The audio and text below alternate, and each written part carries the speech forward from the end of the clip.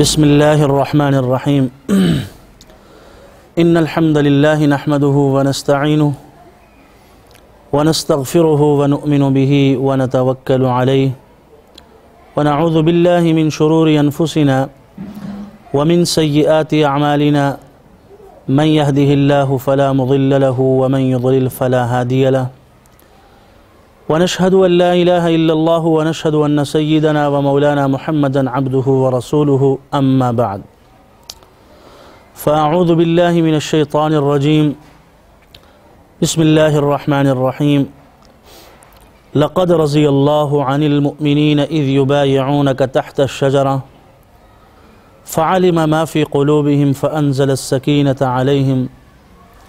وأثابهم فتحا قريبا وقال تعالى في مقام آخر ولا تقولوا لمن يقتل في سبيل الله أموات بل أحياء ولكن لا تشعرون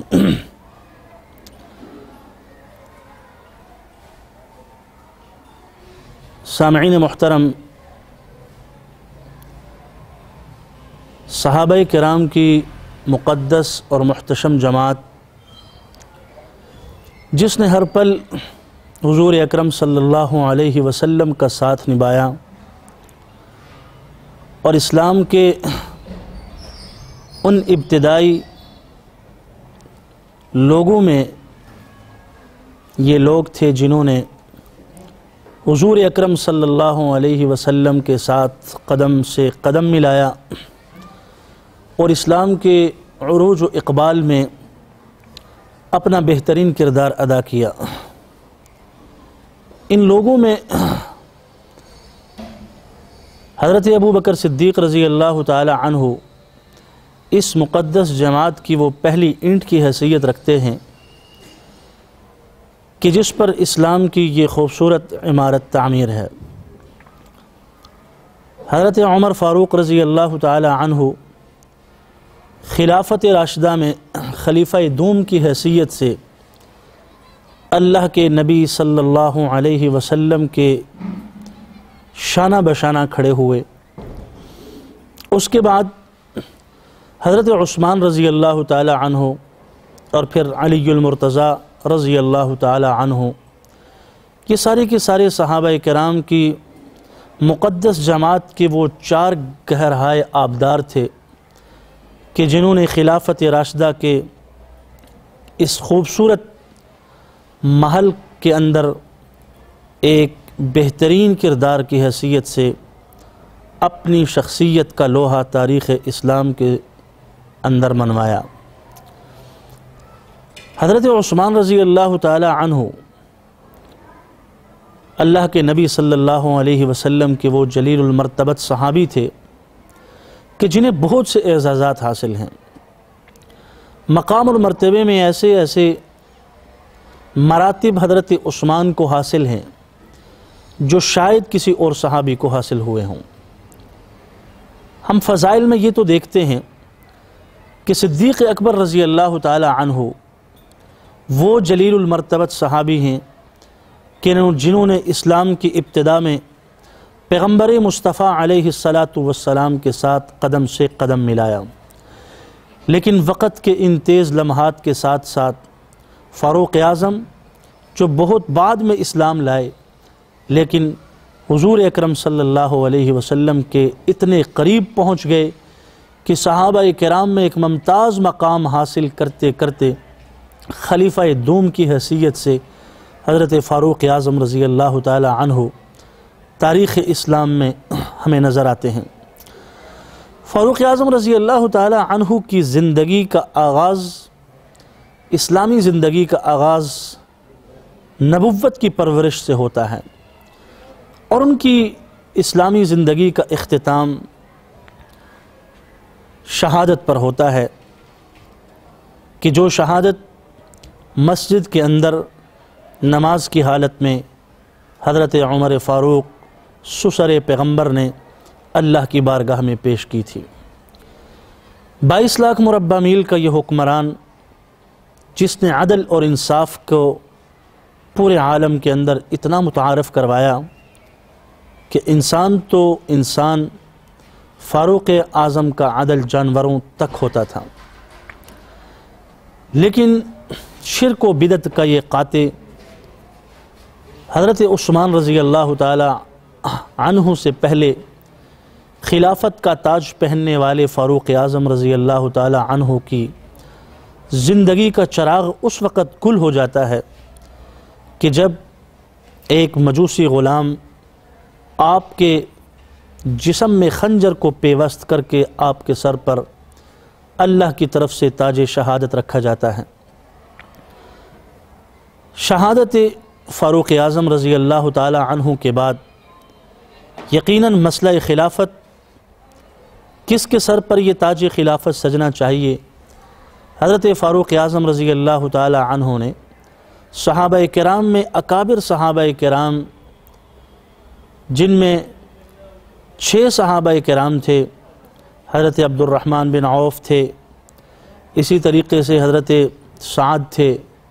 اور دیگر صحابہ کرام کی مشاورت سے اس بات کی رائے حضرات صحابہ کے سامنے پیش فرمائی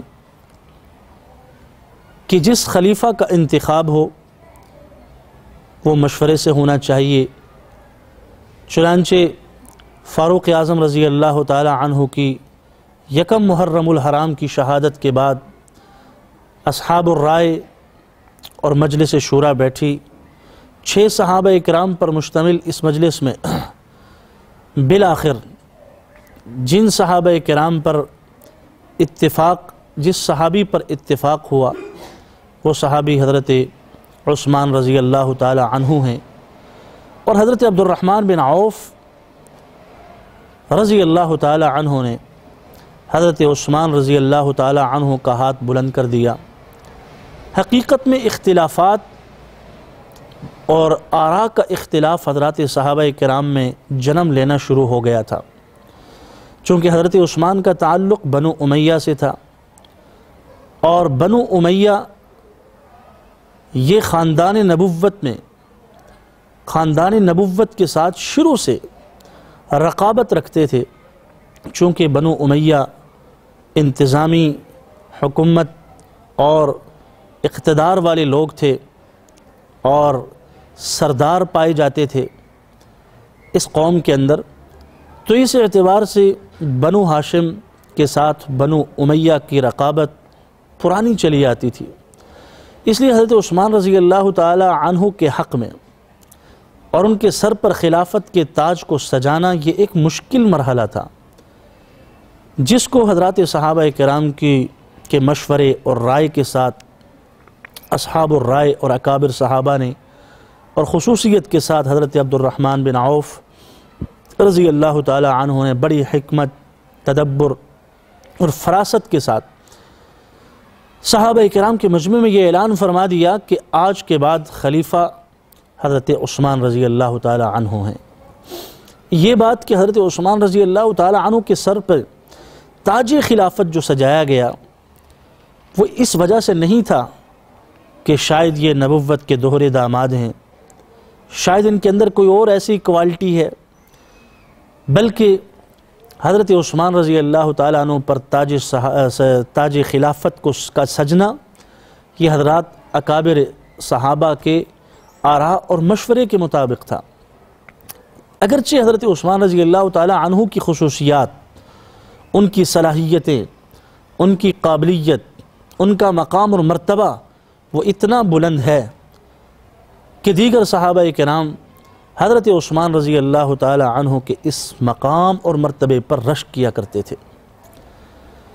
حضرت عثمان رضی اللہ تعالی عنہ کو نبوت کے ساتھ بہت ساری رفاقتیں حاصل تھیں، رشتہ داریاں تھیں۔ ہمارے ذہن میں تو شاید یہ ہے کہ حضرت عثمان رضی اللہ تعالی عنہ نبوت کے دوہرے داماد تھے، فقط یہ رشتہ داری، لیکن اہل تاریخ نے لکھا ہے کہ حضرت عثمان رضی اللہ تعالی عنہ کو نبوت کے ساتھ کم و بیش 5 یا 6 رشتہ داریاں تھیں، اور بعض اہل تاریخ نے یہ لکھا ہے کہ حضرت عثمان رضی اللہ تعالی عنہ حضور اکرم صلی اللہ علیہ وسلم کے ساتھ ان کی 4 رشتہ داریاں تھیں۔ سب سے پہلی رشتہ داری اور تعلق تو یہ تھا کہ حضرت محمد الرسول اللہ صلی اللہ علیہ وسلم کے دادا، چھٹے دادا جو تھے، اور حضرت عثمان رضی اللہ تعالی عنہ کے جو چھٹے دادا تھے وہ ایک تھے.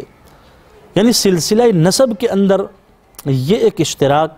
یہ رشتہ داری، یہ تعلق حضرت عثمان کو حضور صلی اللہ علیہ وسلم کے ساتھ تھا. اس کے بعد ایک تعلق تو حضرت عثمان رضی اللہ تعالی عنہ کا یہ ہے جو ہمارے ذہنوں کے اندر بھی ہے کہ حضرت عثمان رضی اللہ تعالی عنہ کے عقد میں یکے بعد دیگرے حضور اکرم صلی اللہ علیہ وسلم کی 2 بیٹیاں رہی ہیں. یعنی یہ نبوت کے دوہرے داماد تھے. یہ حضرت عثمان کی دوسری رشتہ داری ہے پیغمبر علیہ السلام کے ساتھ. حضرت عثمان کی ایک تیسری رشتہ داری حضور اکرم صلی اللہ علیہ وسلم کے ساتھ یہ بھی تھی کہ حضرت عثمان کی جو نانی تھی وہ رسول اللہ صلی اللہ علیہ وسلم کی پھوپھی تھیں. یہ ایک تیسری رشتہ داری جو حضرت عثمان رضی اللہ تعالی عنہ کو حضور صلی اللہ علیہ وسلم سے حاصل ہے. ان رشتہ داریوں کی وجہ سے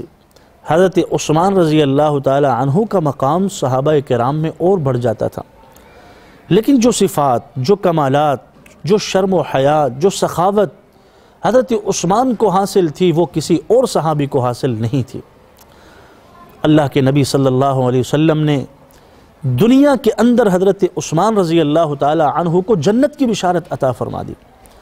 اور ایک موقع پر تو یوں بھی فرمایا، اگر کسی نے جنتی کو دیکھنا ہو تو وہ دیکھو سامنے ایک جنتی جا رہا ہے. صحابہ کرام نے پلٹ کر دیکھا کہ وہ کون سی ایسی شخصیت ہے کہ جس کو زبان نبوت دنیا میں جنتی کہہ رہی ہے. تو صحابہ کرام فرماتے ہیں جب ہم نے دیکھا تو ہماری نظر عثمان بن عفان رضی اللہ تعالی عنہ پر پڑی. آپ کا نام عثمان تھا، والد کا نام عفان تھا، آپ کی والدہ کا نام عروہ تھا، آپ کی کنیت ابو عبداللہ، اسی طریقے سے آپ کا لقب ذوالنورین. ذوالنورین کے لقب سے حضرت عثمان کو اس لیے پکارتے تھے کہ یہ حضرت محمد الرسول اللہ صلی اللہ علیہ وسلم کی یکے بعد 2 صاحبزادیاں وہ حضور صلی اللہ علیہ وسلم کی بیٹیاں حضرت عثمان رضی اللہ تعالی عنہ کے عقد کے اندر تھیں. اللہ کے نبی صلی اللہ علیہ وسلم کے یہ وہ جلیل المرتبت صحابی ہیں کہ جن صلح حدیبیہ کے موقع پر جن کے لیے اللہ کے نبی صلی اللہ علیہ وسلم نے 1400 صحابہ کرام سے بیعت لی تھی، اور اس بیعت کا ذکر قرآن مجید کی سورۃ الفتح کے اندر موجود ہے. اس اعتبار سے اگر ہم دیکھیں تو حضرت عثمان رضی اللہ تعالی عنہ بڑے کمالات کا مجموعہ تھے. اور اگر کوئی حضرت عثمان کی سیرت، ان کے کردار پر کوئی لب کشائی اس طور پر کرے کہ ان کے کردار اور ان کی عزت اور ان کے ناموس پر حملہ کرنا چاہے تو در حقیقت وہ اللہ کے انتخاب کو چیلنج کر رہا ہے، قرآن مجید کے ان فضائل کو چیلنج کر رہا ہے، زبان نبوت کے ان کلمات کو چیلنج کر رہا ہے جو یکے بعد دیگر حضرت عثمان کے فضائل میں نازل ہوئے. اس اعتبار سے ہم حضرت عثمان کو بڑے ہی عظیم المرتبت صحابی کی حیثیت سے جانتے ہیں. اور سلسلہ خلافت حضرت عثمان رضی اللہ تعالی عنہ کا ابتدا تا انتہا ایسا عظیم سلسلہ رہا کہ حضرت فاروق اعظم نے رضی اللہ تعالی عنہ نے جب شہادت کا تاج اپنے سر پر سجایا تو 22 لاکھ مربع میل کے حکمران تھے. لیکن جب یہی سلسلہ اور تاج خلافت جب حضرت عثمان رضی اللہ تعالی عنہ کے سر پر سج گئی تو اس کے بعد حضرت عثمان کی خلافت، تاج خلافت سے لے کر شہادت تک 44 لاکھ مربع میل کے حکمران حضرت عثمان تھے. یعنی اس اعتبار سے ہم دیکھیں 22 لاکھ مربع میل کا حکمران، دور فاروقی، شہادت کا تاج اپنے سر پر سجا کر حضرت فاروق اعظم دنیا سے جا رہے ہیں تو 22 لاکھ مربع میل کے حکمران ہیں. اور جب حضرت عثمان شہادت کا تاج اپنے سر پر سجا کر دنیا سے جا رہے ہیں تو اس وقت مسلمانوں کی اور خلافت کی جو چادر پھیلی ہوئی تھی وہ 44 لاکھ مربع میل تک پھیلی ہوئی تھی. حضرت عثمان رضی اللہ تعالی عنہ کو کون سی ایسی فضیلت حاصل تھی کہ جس فضیلت کی تمنا صحابہ بھی کیا کرتے تھے اور ان کی زندگی پر رشک کیا کرتے تھے. ہم جب قرآن مجید کے اوراق کو دیکھتے ہیں، پیغمبر مصطفیٰ علیہ السلام کی سیرت کو دیکھتے ہیں، حضرات صحابہ کرام کی زندگیوں کو دیکھتے ہیں، تو ہر زبان مدحت عثمان کو بیان کر رہی ہے۔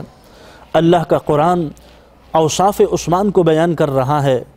پیغمبر کی زبان مدحت عثمان کے گن گا رہی ہے۔ کیا وجہ تھی کہ اللہ کے نبی صلی اللہ علیہ وسلم نے حدیبیہ کے موقع پر 1400 صحابہ کرام سے حضرت عثمان کے لیے آخر کیوں بیعت لی تھی؟ پیغمبر مصطفیٰ صلی اللہ علیہ وسلم نے جب مکہ سے مدینہ کی طرف ہجرت فرمائی تو ایک وقت ایسا آیا کہ اللہ کے نبی صلی اللہ علیہ وسلم کے دل میں یہ تمنا سی پیدا ہوئی اور یہ خواہش پیدا ہوئی کہ عمرہ کرنا چاہیے، بیت اللہ کا طواف کرنا چاہیے۔ اس خواہش کا اظہار پیغمبر مصطفیٰ علیہ السلام نے صحابہ سے فرمایا اور یہ فرمایا کہ سارے کے سارے صحابہ تیاری فرمائیں، ہم نے عمرہ کرنا ہے اور بیت اللہ کا طواف کرنا ہے۔ اس تیاری میں سارے کے سارے صحابہ چلے گئے، لیکن اللہ کے نبی صلی اللہ علیہ وسلم دوسری حکومتوں، دوسرے علاقے کے سرداروں کی سرداری کا خیال رکھتے تھے۔ آپ نے حضرت عثمان کو بطور سفیر بنا کر مکہ کی طرف روانہ کیا۔ ابو سفیان مکہ کا گورنر کی حیثیت سے، سردار کی حیثیت سے وہاں رہتے تھے کہ ان سے جا کر پوچھئے کہ مسلمان بیت اللہ کا طواف عمرے کی نیت سے آ رہے ہیں، اگر آپ اجازت دیں تو مسلمانوں کا یہ لشکر وہاں پر آئے۔ حضرت عثمان وہاں پہنچتے ہیں اور وہاں پہنچتے ساتھ ہی یہاں صحابہ کرام کو یہ خبر ملتی ہے کہ حضرت عثمان کو شہید کر دیا گیا، سفیر پیمبر شہید کر دیے گئے۔ دنیا کے اندر بھی ہم دیکھتے ہیں کہ ہمارے بہت سے ایسے ممالک ہیں جن میں سفیر جاتے ہیں، آتے ہیں، ہر ایک کو اپنا سٹیٹس ملتا ہے، ہر ایک کو اپنی عزت ملتی ہے، لیکن یہاں اس سفیر کو دیکھیں کہ جس سفیر کو بھیجنے والا اللہ کا پیغمبر ہے، اور اس سفیر کا مقام اور مرتبہ کیا ہوگا کہ جس سفیر کو نبوت حدیبیہ سے مکہ کی طرف روانہ کر رہی ہے، اور جب اس کی شہادت کی خبر آتی ہے تو اللہ کے نبی صلی اللہ علیہ وسلم نے فرمایا حضرت عثمان کی شہادت کا ہم بدلہ لیں گے۔ اور یہ بات پیغمبر علیہ السلام نے اس لیے فرمائی تاکہ یہ بتا دیا جائے کہ پیغمبر کے سفیر کی اہمیت کتنی ہے، پیغمبر کے سفیر کی حیثیت کتنی ہے اور اس کی کتنی قیمت ہے۔ حضرت عثمان رضی اللہ تعالی عنہ کی شہادت کی اس خبر کو جب پیغمبر مصطفیٰ نے سنا، جب شہادت کی یہ خبر حضور اکرم صلی اللہ علیہ وسلم تک پہنچتی ہے تو اللہ کے نبی صلی اللہ علیہ وسلم نے یہ ارادہ کیا کہ ہم خون عثمان کا بدلہ ضرور لیں گے،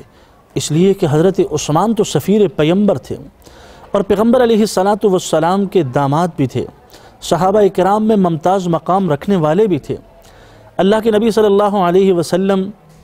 نے اس موقع پر حضرت عثمان رضی اللہ تعالی عنہ کی شہادت کی جب خبر ملی، اب شہید تو ہوئے نہیں تھے۔ یہاں ایک نقطہ سمجھ لینا چاہیے کہ حضور اکرم صلی اللہ علیہ وسلم کے بارے میں بعض لوگوں کا یہ عقیدہ اور گمان ہے کہ اللہ کے نبی عالم الغیب تھے اور غیب کا علم پیغمبر کو حاصل تھا۔ اس ضمن میں ہم یہ بات کہنا چاہیں گے کہ اللہ کے نبی صلی اللہ علیہ وسلم غیب کا مطلقاً علم پیغمبر کو حاصل نہیں تھا کہ ہر غیب کی خبر پیغمبر کو پتہ ہو، ایسا نہیں تھا۔ اگر ایسا ہوتا تو پیغمبر علیہ السلام اپنے صحابہ کے ساتھ احرام باندھ کر مکہ کی طرف جا رہے ہیں۔ اگر پیغمبر مصطفیٰ کو یہ پتہ ہوتا کہ مجھے اور صحابہ کو اس مرتبہ عمرہ نہیں کرنے دیا جائے گا تو اتنی تیاری کیوں کی جا رہی تھی، احرام کیوں پہنے جا رہے تھے؟ حضرت عثمان کی شہادت کا جب کہا گیا تو حضرت عثمان تو شہید نہیں ہوئے تھے، پیغمبر نے 1400 صحابہ سے بیعت ببول کے درخت کے نیچے کیوں لی ہے؟ یہ ساری باتیں،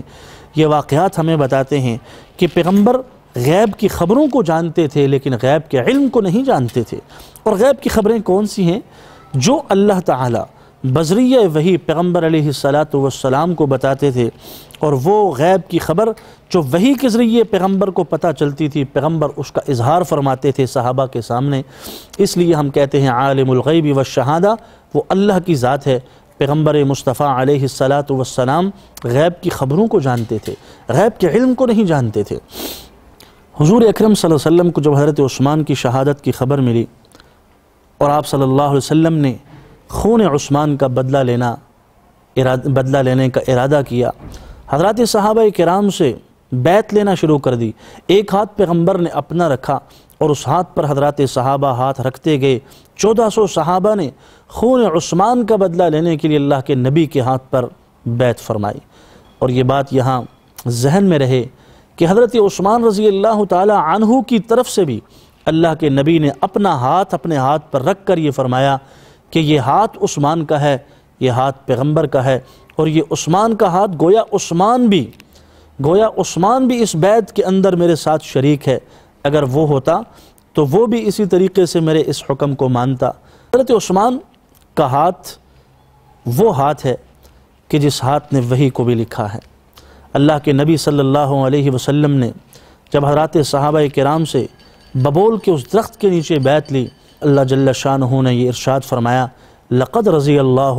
عن المؤمنین اذ یبایعونک تحت الشجرہ، کہ تحقیق اللہ مومنین سے راضی ہو گئے کہ جب انہوں نے پیغمبر سے، اے پیغمبر آپ سے درخت کے نیچے بیعت لی تھی۔ اب ان 1400 صحابہ کرام کو ایک اعزاز ملا، وہ یہ کہ ان صحابہ کرام کو اللہ جل شانہ کی طرف سے رضا کا پروانہ مل گیا۔ کیوں ملا؟ حضرت عثمان رضی اللہ تعالی عنہ کی وجہ سے ان 1400 صحابہ کرام کو اللہ جل شانہ کی طرف سے رضا کا پروانہ مل گیا۔ مقام عثمان کو دیکھیے، قرآن مجید نے حضرت عثمان کے خون کے لیے بیعت کرنے والے صحابہ کو اللہ جل شانہ نے اپنی طرف سے رضا کا اعلان فرما دیا۔ فعلم ما فی قلوبہم، حضرات صحابہ کرام خون عثمان کے حوالے سے، جب لڑائی کے حوالے سے دل کے اندر چونکہ صحابہ کرام کے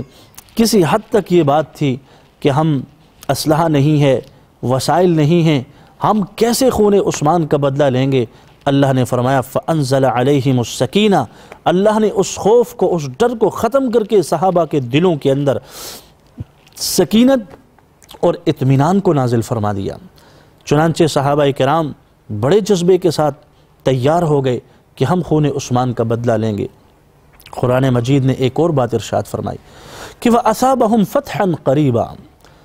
یہاں اس موقع پر تو خون عثمان کے بدلہ لینے کے لیے صحابہ لڑائی کے لیے نہیں نکلے، خبر جھوٹی تھی، لیکن یہ جو بیعت ہوئی، بیعت رضوان جس کو ہم کہتے ہیں، اس بیعت رضوان میں حصہ لینے والوں کو قرآن مجید نے ایک یہ خوشخبری بھی سنا دی کہ عن قریب تمہیں ایک فتح ملے گی، اور وہ فتح مکہ کی صورت میں صحابہ کو ملی۔ غنیمتیں بھی ملیں گی، غنائم بھی ملیں گے، وَمَغَانِمَ كَثِيرَةً يَأْخُذُونَهَا، غنیمتیں بھی اور غنائم بھی صحابہ کرام کو ملے۔ چنانچہ ہم دیکھتے ہیں حضرات صحابہ کرام جنہوں نے پیغمبر کے ہاتھ پر خون عثمان کے لیے بیعت لی تھی، اللہ نے ان صحابہ کرام کو وہ عزتیں عطا فرمائیں، وہ مقام اور مرتبے عطا فرمائے کہ جو تاریخ انسانیت اور تاریخ اسلام ہمارے سامنے ان کے مقام اور مرتبے کو پیش کر چکی ہے۔ تو میرے کہنے کا مقصد یہ ہے کہ حضرت عثمان کے فضائل اور فضیلت میں جب ہم اس چیپٹر کو کھولتے ہیں کہ اللہ کے نبی صلی اللہ علیہ وسلم نے اپنا ہاتھ حضرت عثمان کا ہاتھ کے مشابہ قرار دیا، اور پھر اس پہلو کو جب دیکھتے ہیں کہ اس اتنے بڑی صحابہ کی جماعت سے اللہ نے رضا کا پروانہ عطا فرما دیا، میں راضی ہوں اپنے ان مقدس جماعت اور اپنے ان مقدس بندوں سے کہ جن مقدس بندوں نے پیغمبر کے ہاتھ پر اس ببول کے درخت کے نیچے جو ہے بیعت لی تھی۔ حضرت عثمان رضی اللہ تعالی عنہ کی فضیلت کا یہ تو ایک پہلو ہے، لیکن ہم حضرت عثمان رضی اللہ تعالی عنہ کے ایک اور پہلو کی طرف بڑھتے ہیں، جو حضرت عثمان کی سخاوت اور حضرت عثمان کی یوں سمجھ لیجئے کہ مسلمانوں کے ساتھ جو حلم اور جو بردباری اور جو سخاوت ان کے اندر تھی، اللہ جل شانہ نے حضرت عثمان رضی اللہ تعالی عنہ کو ان خصوصیات کی وجہ سے وہ مقام اور مرتبہ صحابہ کرام میں عطا فرمایا کہ پیغمبر علیہ السلام نے حضرت عثمان کو اپنی زبان نبوت سے ایسے ایسے القابات عطا فرمائے کہ جو کسی اور صحابی کو نہیں مل سکے۔ اس ضمن میں ہم جب سب سے پہلے اس قحط کو دیکھتے ہیں کہ جو سرزمین مدینہ میں آیا، اور ایسا قحط تھا کہ مدینہ کے اندر مسلمان بڑے پریشان ہوئے، اللہ کے نبی صلی اللہ علیہ وسلم نے صحابہ کرام کے سامنے یہ اعلان فرمایا کہ مدینہ میں قحط آ گیا ہے، میرے صحابہ اپنا جو مالدار اور تمنگری والے صحابہ ہیں اور جو ایسے لوگ ہیں وہ اللہ کے راستے میں کچھ خرچ کریں تاکہ اس قحط کی وجہ سے دوسروں کی مدد ہو سکے۔ تو اس ضمن میں حضرات صحابہ اپنے حصے کے بقدر اللہ کے نبی کے سامنے پیش فرماتے رہے، لیکن اچانک صحابہ کرام دیکھتے ہیں کہ سرزمین شام سے اونٹوں کی ایک قطار آ رہی ہے اور اونٹوں کی ایک لائن آ رہی ہے اور ان کے چلنے کی وجہ سے دھواں اٹھ رہا ہے، گرد اٹھ رہی ہے۔ تو صحابہ کرام نے جب شام کی جانب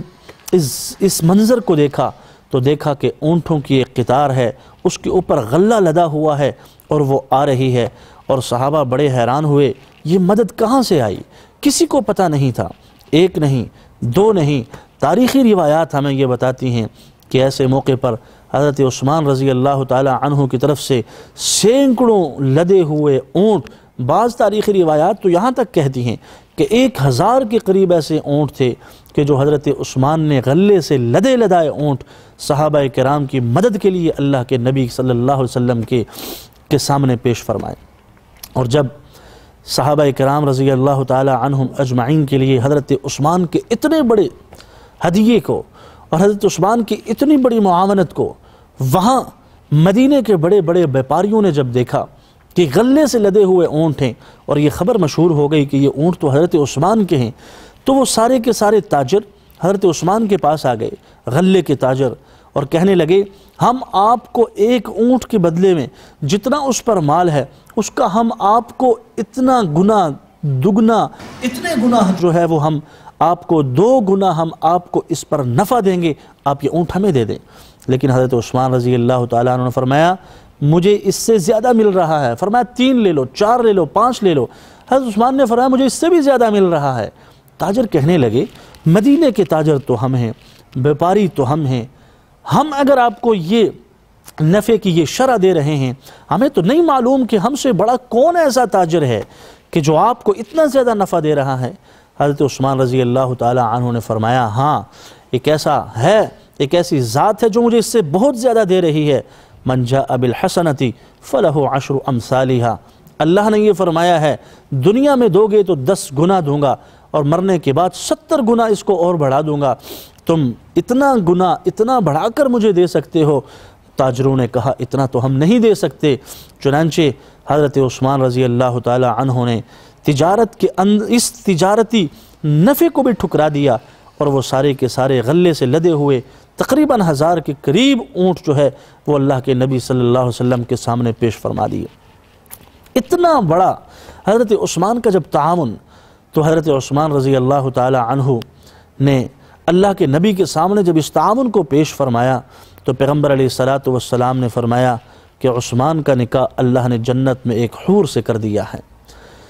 تو کہنے کا مقصد یہ ہے کہ سخاوت عثمان کے ضمن میں جب ہم ان واقعات کو دیکھتے ہیں تو میرے خیال میں آج کی دنیا میں کوئی ایسا شخص ہمیں نہیں ملے گا کہ جس نے سخاوت میں حضرت عثمان رضی اللہ تعالی عنہ کو سخاوت میں حضرت عثمان رضی اللہ تعالی عنہ کا کوئی ہمسر رہا ہو، باوجود یہ کہ بے پناہ دولت کے کوئی ان کے ہمسر نہیں ہو سکتا۔ اور پھر ایسا ہی موقع ایک غزوہ تبوک کا آتا ہے کہ جب غزوہ تبوک، جس کو جیش العسرہ کے نام سے اہل تاریخ نے لکھا ہے کہ تنگ دستی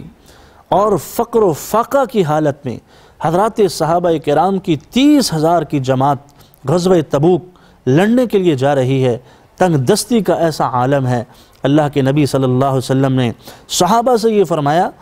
کہ ہم اتنی بڑی ایک لڑائی لڑنے جا رہے ہیں اور اس بڑی لڑائی میں دوسری طرف رومیوں کی تعداد لاکھوں میں تھی اور اس طرف مسلمانوں کی تعداد 30,000 کے قریب تھی، لیکن مسلمانوں پر فقر و فاقہ تھا، تنگ دستی تھی، افلاس تھا۔ آپ صلی اللہ علیہ وسلم نے صحابہ سے تعاون مانگا، چندہ مانگا کہ جو اس لڑائی کے اندر حصہ ڈالنا چاہتا ہے وہ آئے۔ کوئی صحابی آ رہا ہے اپنی حیثیت کے مطابق دے رہا ہے، کوئی اپنی حیثیت کے مطابق دے رہا ہے۔ اللہ کے نبی اپیل فرماتے رہے۔ حضرت ابو بکر آئے اور فرمایا یا رسول اللہ یہ میرا سامان ہے، گھر کا سارا سامان یہ میں نے آپ کے قدموں میں نچھاور کر دیا۔ حضرت عثمان آئے، آدھا سامان ڈال دیا، اور ایک صحابی نے تو یہاں تک ایک رات بھر پیغمبر علیہ الصلوۃ والسلام نے دوبارہ اپیل فرمائی کہ اس غزوے کے لیے ہمیں اور سامان رسد بھی چاہیے، ہمیں اور وسائل بھی چاہیے، تو ایک صحابی نے پوری رات ایک یہودی کے گھر کی دیوار تعمیر کی، اور اس تعمیر کے بدلے اسے جو اجرت ملی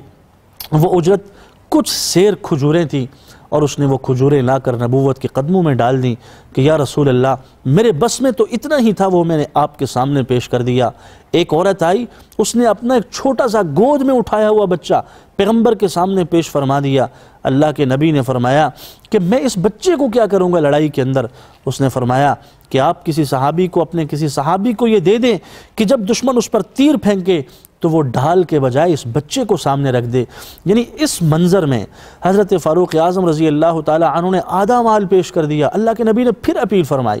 حضرت ابو بکر نے اپنا لباس جسم سے اتارا، ٹاٹ کا لباس پہنا، اور وہ لباس بھی پیغمبر کے قدموں میں نچھاور کر دیا۔ اللہ کے نبی نے پھر اپیل فرمائی۔ جب بار بار اپیل فرمائی، صحابہ کے پاس جو کچھ تھا وہ نبوت کے قدموں میں آ گیا۔ حضرت عثمان رضی اللہ تعالی عنہ پھر اٹھے اور فرمایا یا رسول اللہ میں اس غزوے کے لیے 1100 اونٹ جو ہے وہ اس غزوے کے لیے میں ان مجاہدین کے لیے پیش کرتا ہوں، اور تقریباً 1000 سے زائد اشرفیاں پیغمبر علیہ السلام کو دیں، جو اشرفیوں کی جو قیمت تھی وہ ان اونٹوں سے بھی زیادہ تھی۔ تو اللہ کے نبی اپنے ہاتھ سے پیغمبر علیہ السلام حضرت عثمان کی دی ہوئی ان اشرفیوں کو یوں اٹھاتے، الٹتے پلٹتے، اور زبان نبوت سے یہ جملہ نکلتا تھا کہ ما ضر عثمان ما عمل بعد اليوم، عثمان آج کے دن کے بعد جو کرے گا اس کو کوئی نقصان نہیں پہنچے گا۔ یہ جملہ زبان نبوت سے حضرت عثمان کے لیے نکلا۔ اللہ کے نبی نے فرمایا کہ میں سب کے احسانات کا بدلہ چکا سکتا ہوں، لیکن عثمان کے احسانات کا بدلہ میں نہیں چکا سکتا، اس کے بہت سے احسانات ہیں۔ اور پھر مدینے میں جب مسلمانوں پر پانی کی تکلیف اور مشقت ہوئی اور میٹھا پانی دستیاب نہیں تھا، کھارا پانی مسلمان پیتے تھے، تو اللہ کے نبی صلی اللہ علیہ وسلم نے پھر فرمایا کون ہے کہ جو مسلمانوں کے لیے کسی کنویں کو خرید کر وقف کر دے؟ اور اللہ کے نبی صلی اللہ علیہ وسلم نے جب یہ اعلان فرمایا، حضرت عثمان اٹھے اور یہودی سے آدھا کنواں 12,000 درہم کا خرید کر مسلمانوں کے لیے وقف کر دیا۔ اور مسلمان اس آدھے کنویں سے ایک دن مسلمان پانی بھرتے تھے، ایک دن یہودی پانی بھرتے تھے۔ اور پھر ایک موقع ایسا آیا کہ حضرت عثمان نے بقیہ آدھا کنواں 8,000 درہم دے کر وہ بھی خرید لیا، اور اس پورے کے پورے کنویں کو حضرت عثمان نے مسلمانوں کے لیے وقف کر دیا۔ اور مسجد نبوی کی جب تعمیری اعتبار سے جب توسیع کی بات آئی، پھر پیغمبر علیہ السلام نے یہ اعلان صحابہ میں فرمایا کون ہے جو مسجد کے لیے زمین کو خرید کر وقف کر دے تاکہ یہ مسجد وسعت اختیار کر جائے۔ وہاں بھی حضرت عثمان کھڑے ہو گئے، اور انہوں نے کھڑے ہو کر اللہ کے نبی صلی اللہ علیہ وسلم کے اس اعلان کے بعد مسجد نبوی کے لیے زمین کو خرید کر وقف کر دیا، اور مسجد نبوی میں خوب توسیع ہو گئی۔ یعنی سخاوت کے اعتبار سے ہر میدان میں حضرت عثمان رضی اللہ تعالی عنہ آگے بڑھتے رہے۔ اور جب وفات کا وقت، شہادت کا وقت قریب آیا، تو وہ عجیب مناظر ہم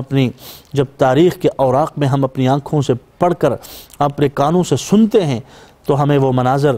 ایسے اندھوناک نظر آتے ہیں کہ وہ عثمان جس نے مدینے میں مسلمانوں کے لیے میٹھے پانی کا کنواں انہیں دیا تھا، وہ عثمان جس نے مسجد نبوی کی توسیع کے لیے زمین کو وقف کیا تھا،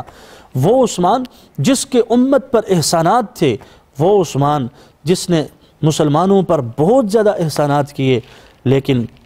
شہادت کے وقت میں انہی حضرت عثمان رضی اللہ تعالی عنہ پر پانی بھی بند کر دیا گیا۔ وہ مسجد جس مسجد کے حصے کو خرید کر حضرت عثمان رضی اللہ تعالی عنہ نے عبادت کے لیے مسلمانوں کو وقف کر دیا تھا، اس مسجد میں حضرت عثمان کو نماز تک پڑھنی نہیں دی گئی، سجدہ تک کرنے نہیں دیا گیا۔ پھر وہ تاریخ ان مناظر کو جب دیکھتی ہے تو حضرت عثمان رضی اللہ تعالی عنہ کا مظلومانہ کردار تاریخ کے سامنے کھلتا ہوا نظر آتا ہے۔ تو ہم جب اس منظر کو دیکھتے ہیں کہ سخاوت سے بھرپور اور معمور یہ شخصیت جو اللہ کے نبی صلی اللہ علیہ وسلم کے ہر ایک حکم پر لبیک کہتی تھی، اور پیغمبر علیہ السلام کے ہر ایک حکم پر لبیک کہہ کر پیغمبر مصطفیٰ کے ہر حکم پر عمل کرتی تھی، تاریخ انسانیت نے ایسی شخصیات بہت کم ہمیں دی ہیں۔ پھر ایسے حالات میں، اگر کوئی حضرت عثمان رضی اللہ تعالی عنہ سے بغض رکھے اور حضرت عثمان رضی اللہ تعالی عنہ یا کسی اور صحابی سے اپنے دل کے اندر بغض رکھے تو ایسے کا انجام بھی ہمیں سیرت نبوی سے ملتا ہے کہ ایک آدمی کا جنازہ تیار ہوا، پیغمبر مصطفیٰ آگے بڑھے، جنازہ پڑھانے لگے، اور جب جنازہ پڑھاتے ہوئے آپ صلی اللہ علیہ وسلم نے جنازہ پڑھانے سے قبل پوچھا صحابہ سے یہ کس کا جنازہ ہے، صحابہ نے فرمایا یہ فلاں شخص کا جنازہ ہے، اللہ کے نبی فوراً پیچھے ہٹ گئے، جنازہ نہیں پڑھایا۔ صحابہ نے پوچھا یا رسول اللہ آپ جنازہ کیوں نہیں پڑھا رہے؟ فرمایا یہ وہ آدمی ہے جس کے دل کے اندر عثمان کا بغض تھا، جس کے دل کے اندر عثمان کا بغض تھا، پیغمبر نے ایسے انسان کا جنازہ نہیں پڑھایا۔ اللہ کے نبی صلی اللہ علیہ وسلم نے حضرت عثمان کو تو موت تک وہ مقام اور مرتبہ عطا فرمایا کہ حضرت عثمان کا بغض دل کے اندر رکھنے والا اللہ کے نبی صلی اللہ علیہ وسلم اس کا نماز جنازہ نہیں پڑھاتے۔ ایسی عظیم المرتبہ شخصیت کہ حضرت عثمان کے بارے میں آتا ہے 7 سال تک یہ وہ شخصیت ہے کہ دن اور رات میں 2 قرآن مکمل کیا کرتے تھے، اور 7 سال تک حضرت عثمان کا یہ معمول رہا کہ ہر روز وہ 2 قرآن مکمل کیا کرتے تھے۔ اتنے فضائل،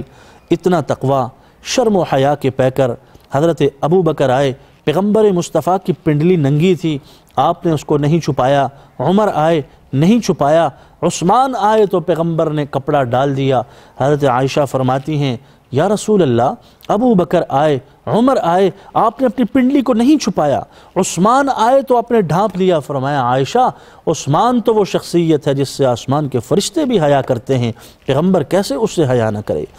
اتنی حیا والی شخصیت کہ حتیٰ کہ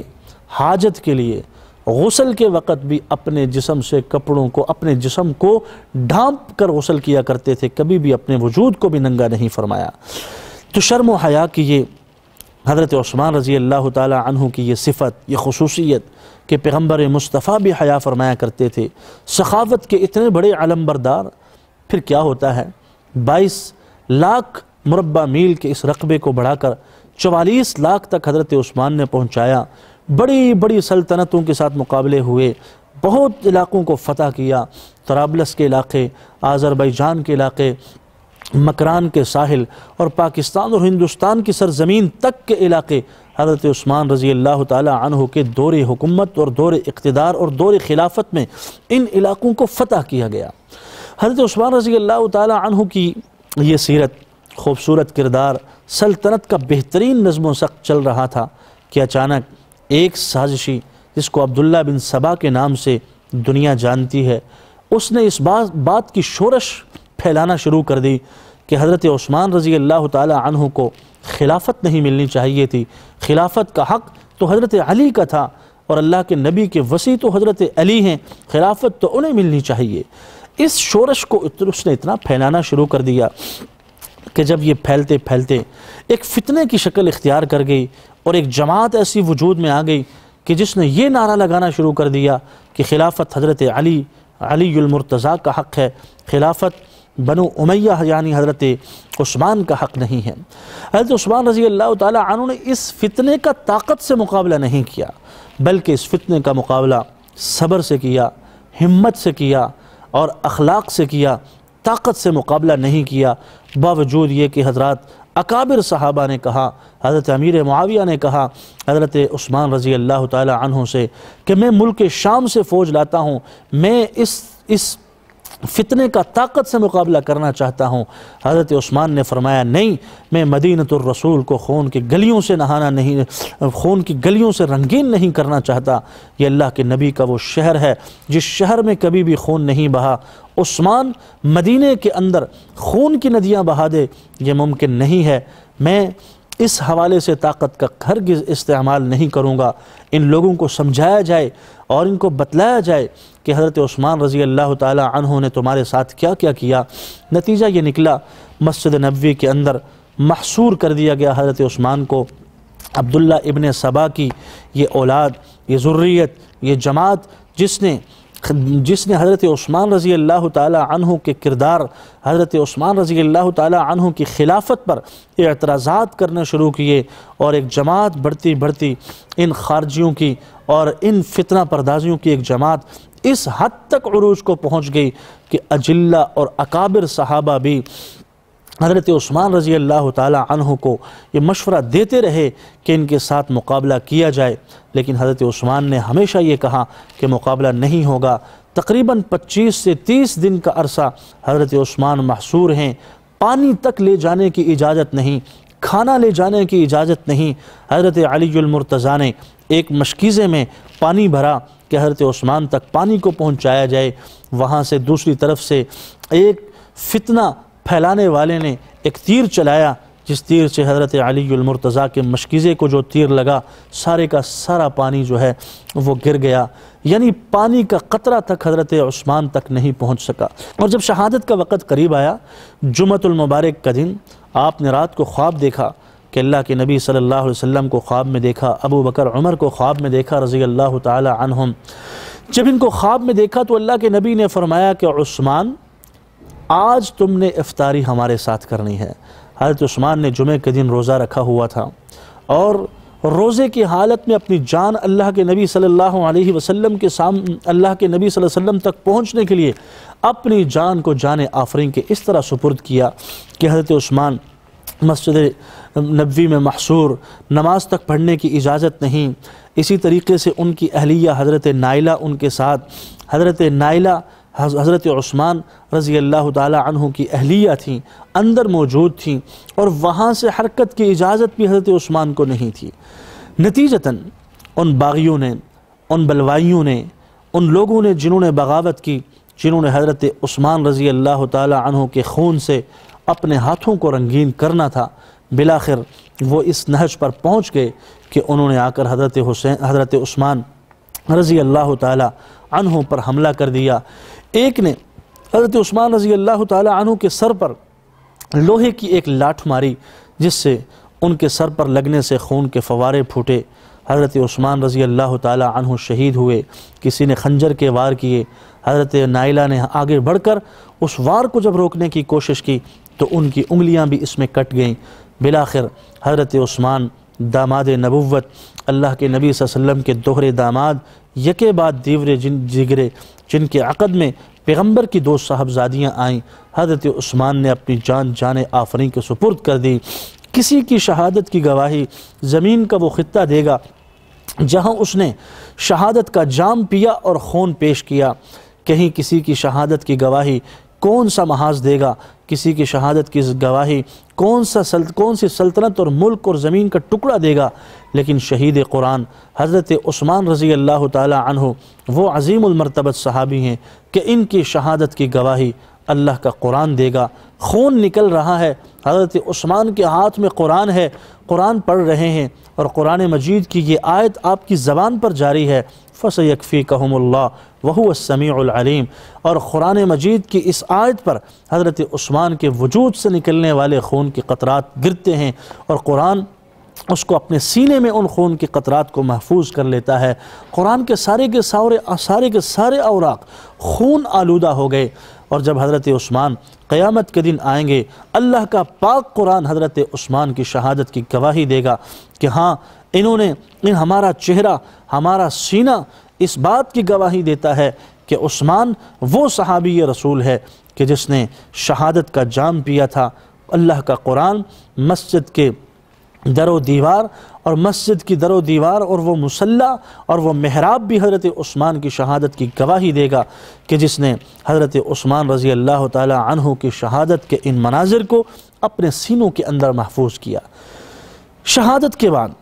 ظلم یہاں پر ختم نہیں ہوا، بلکہ شہادت کے بعد حضرت عثمان رضی اللہ تعالی عنہ کی لاش 24 گھنٹے تک پڑی رہی، اور کسی کو اجازت نہیں تھی کہ وہ لاش کے قریب آ سکے۔ حضرت نائلہ بیٹھی ہیں، حضرت عثمان کے چہرے کو ڈھانپ دیا، خون کے فوارے پھوٹ رہے ہیں پریشانی کے عالم میں، اور ایک بدبخت آتا ہے، اس نے حضرت عثمان رضی اللہ تعالی عنہ کے اس بے گور و کفن لاشے کو دیکھا، اور آپ کے چہرے پر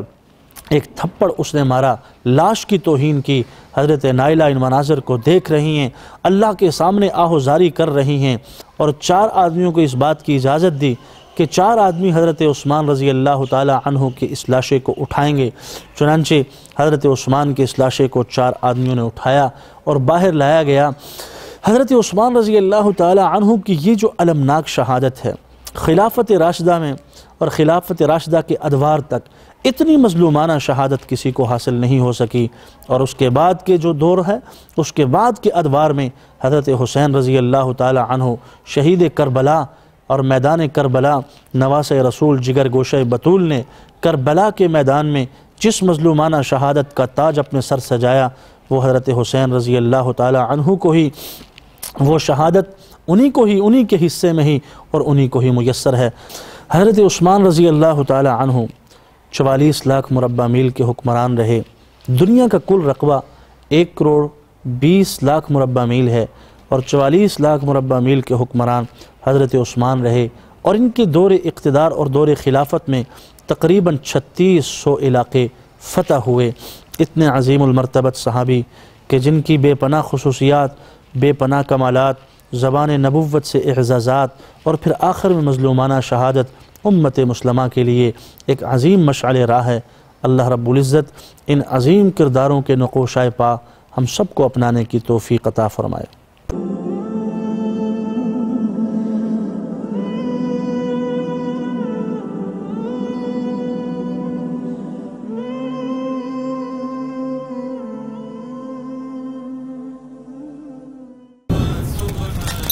وصال اردو